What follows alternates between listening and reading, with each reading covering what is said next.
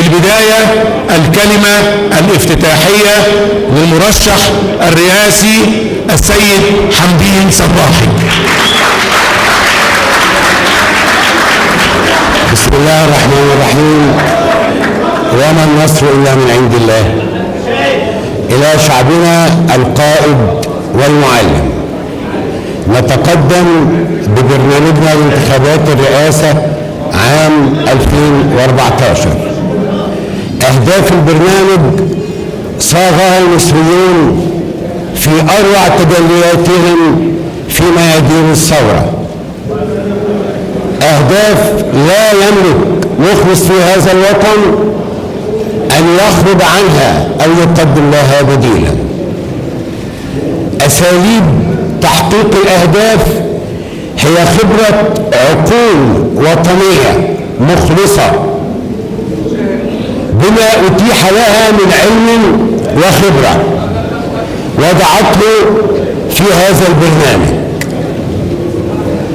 أساليب التنفيذ مصادر التمويل المدى الزمني بعيدا أو متوسطا أو قصيرا وارد على النحو الذي اقتنع خبراء هذا البرنامج بأنه الأكثر وفاء باحتياجات الوطن وملائمة لموارده البشرية وموارده الطبيعية.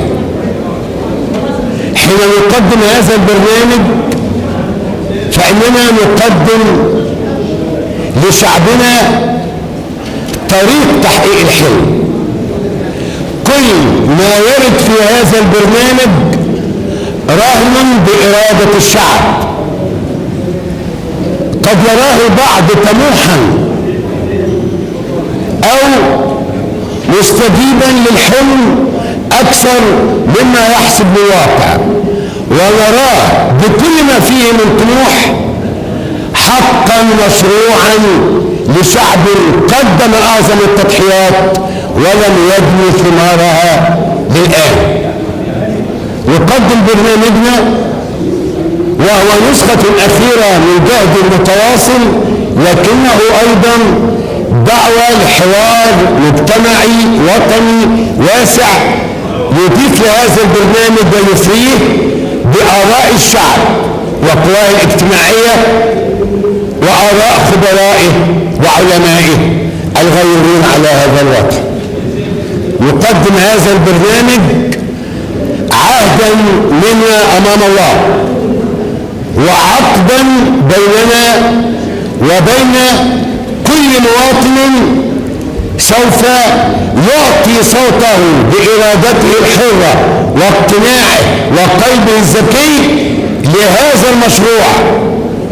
ونحن ندعو المصريين لأن يقفوا معنا في انتخابات الرئاسة، فإننا ندعوهم لأن يقفوا مع أحلامهم المشروعة، مع غاياتهم النبيلة التي رفعوها في ميادين الثورة في 25 يناير و30 يونيو، أن يقفوا مع حقوقهم التي حرموا منها طويلا في ظل حكام الفساد والاستبداد والتبعية، أن يقفوا مع دماء شهدائهم وتضحيات مصابيهم وحناجر العزم التي تطلب الحق من أوسع جماهيرهم وفي طليعتهم شباب هذا الوطن.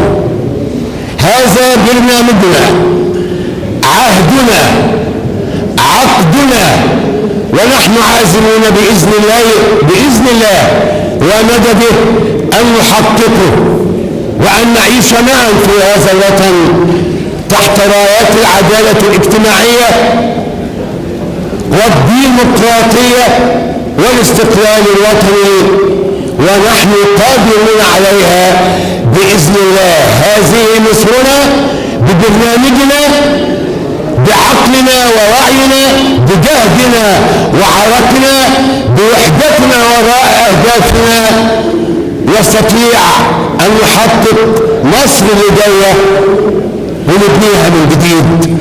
وفقكم الله، والسلام عليكم ورحمة الله وبركاته.